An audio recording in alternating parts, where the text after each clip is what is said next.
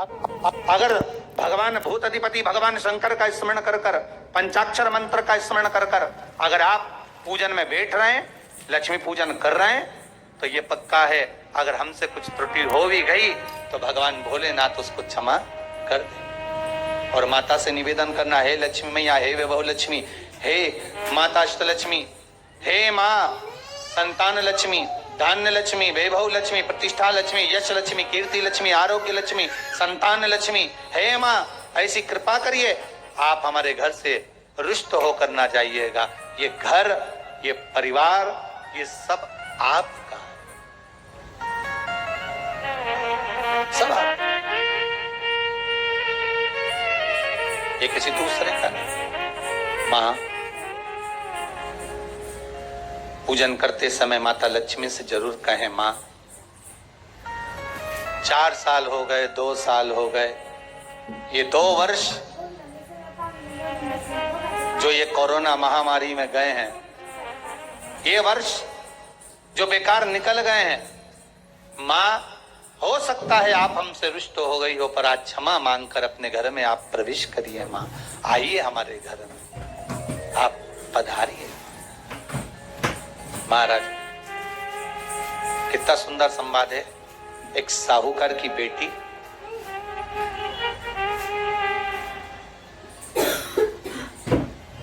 साहूकार की पुत्री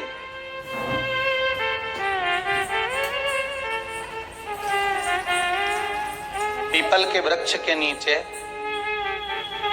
बेलपत्री के वृक्ष के नीचे हमारे घर में आप पधारिए।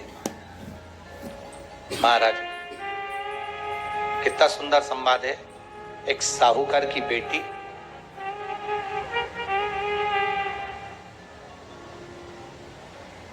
साहूकार की पुत्री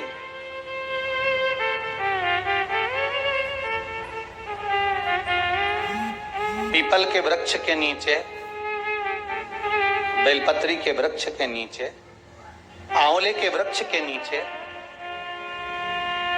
प्रत्येक अमावस्या को दीप लगाने जाती थी। उसका नियम था।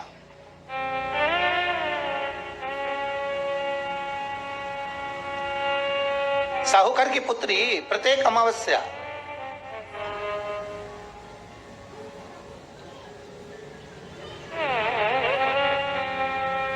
तीन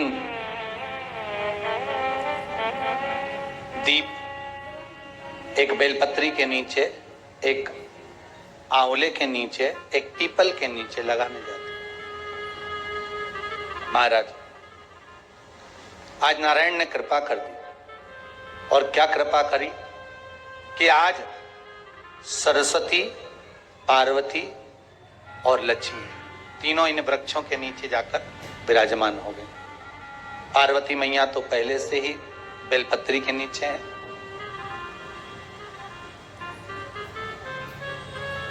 स्वयं सरस्वती मैया, लक्ष्मी मैया आंवले और पीपल के नीचे विराजमान हो गए।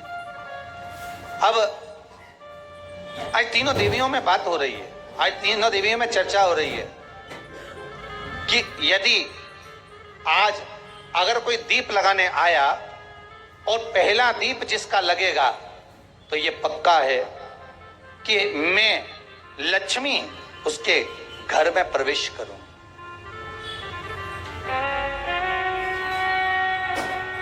सरस्वती जी बोली, जो पहले बार दीप लगाने के लिए प्रथम में आएगा, मैं उससे अपनी सहेली बना लूंगी, उसको अपनी मित्र बना लूंगी। पार्वती जी बोली, जो प्रथम दीप लगाने आएगा, पार्वती जी कहती हैं, मैं भगवान शिव से कहकर उनका कल्याण करवा दूं। अब ये साहूकार की बेटी, वो साहूकार जो कहने का तो साहूकार था, धन पूर्व में बहुत था, पर अब इसके पास में कुछ भी नहीं बचा था।